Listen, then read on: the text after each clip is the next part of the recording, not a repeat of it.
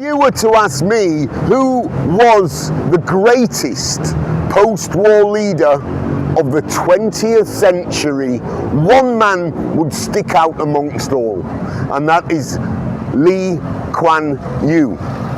Today is Singapore's Independence Day, so befitting this, I'm going to discuss Singapore. Let's go.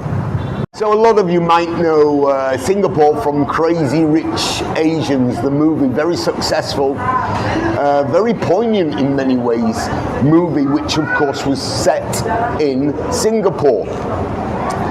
That's modern Singapore. When I first came to Singapore in '86, it wasn't like that at all. No MRT. Changi had only one terminal. Anyway, I'm going to eat breakfast first. After that, let's begin. And guess what I'm eating today? McDonald's! And guess what? The first ever paying customer in McDonald's in Indonesia. Yes, me. Mwah. So Lee Kuan Yew.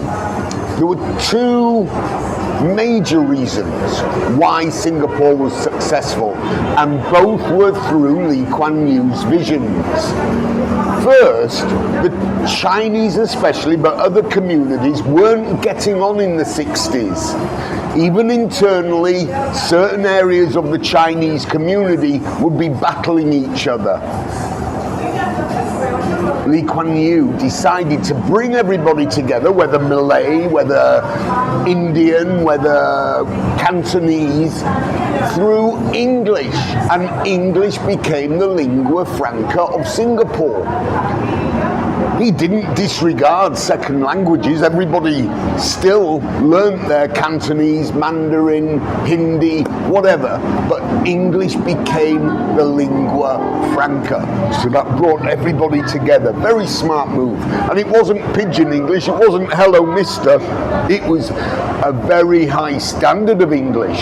This would set Singapore up for later development. The second one, and what Singapore's probably most famous for of all, discipline.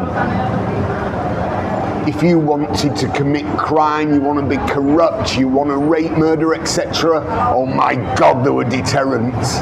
Huge deterrents. Spit on the floor, fine, etc., etc. We all know some people poke fun at it, but I'm sorry, it helped Singapore, through discipline, through deterrence, become one of the greatest Asian nations.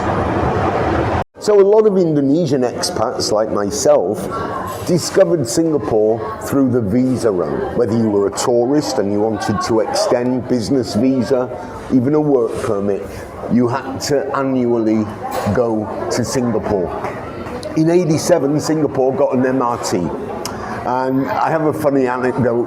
In the early days, we had a teacher friend who went on the visa run. So he went to near where, I don't know, I think he went as far as Jurong. And then he decided, wow, this is fun. He went back to where he was and then back to Jurong because he enjoyed riding the MRT. Of course, Singapore, very clever. When he gets out, he gets charged extra because it times you how long you're on the MRT. So there's something to say about the MRT. Also, don't forget, the MRT has major rules. Of course, it's Singapore. They banned chewing gum, I think, over 30 years ago because of the MRT, by the way.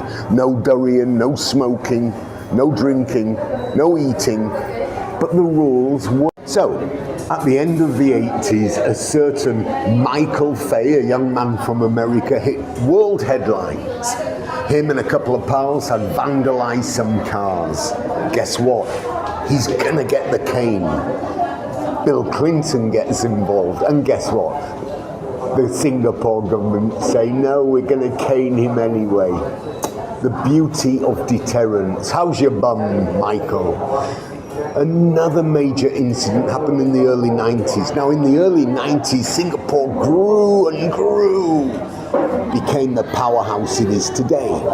A certain Nick Leeson came on the scene with Barings Bank, But unfortunately, a huge scandal, a huge stink, thanks to the Kobe earthquake, there was no more Barings Bank. Now this can be seen in a movie with Ewan McGregor as Leeson. Fantastic movie, great book, Road Trader, really recommended. It gives insight to the 90s Singapore. In the late 90s, my relationship with Singapore grew and grew because my partner Michelle wanted a child, and we went through IVF in Singapore, Mount Elizabeth Hospital, and we were successful. There's a funny story to that. I give my sperm the day of giving the sperm, went home, and at midnight I get this call. My sperm wasn't swimming. Oh my God. So I had to go back to the hospital about 1 o'clock, do the business again. By the way, you don't get any pornographic magazines, at least not in Singapore. And this time we were successful. 8 months later, of course, Philip's born. And here's another interesting sort of story. On the way back to my hotel after the birth, it was just, I think, 1 o'clock in the morning.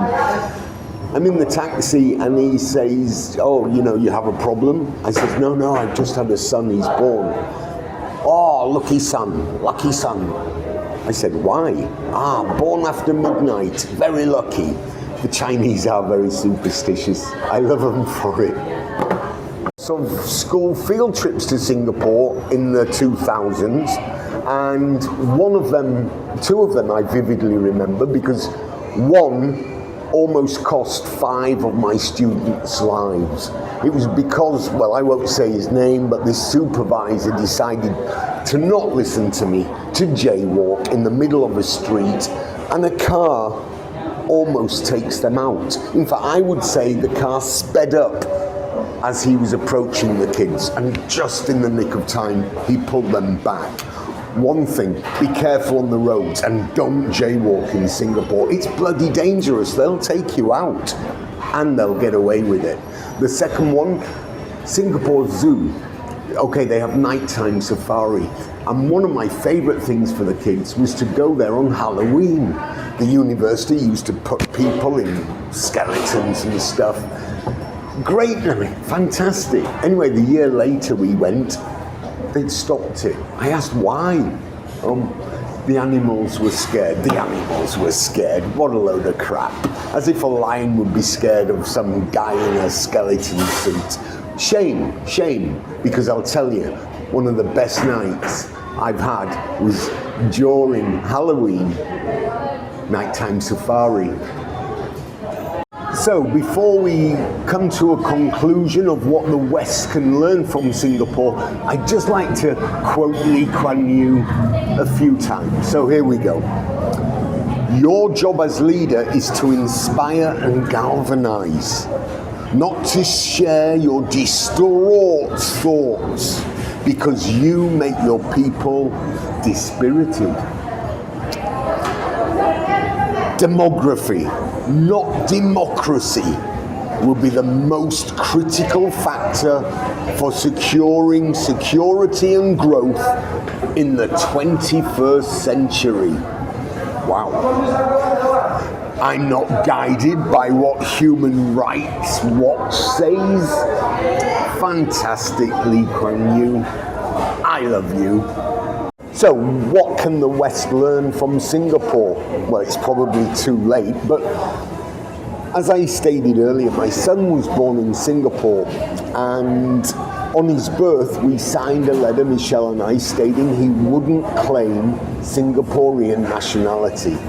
Singapore defends its citizens, defends its name. You have to work very hard to get Singaporean nationality. Similar to myself becoming Indonesian, they don't just give it to you. 30 years. 30 years of a good record, no crime, paying taxes. Okay, here's your passport. But it takes time, effort, and often blood with family. Not just, oh, he's British. He was born in Britain. They did that with the Nigerian boy who killed those 3 beautiful girls. Oh my God, he's from Cardiff, he's Welsh. Bullshit. He's Nigerian. And until Britain and the West decide who's who, it's got major, major problems.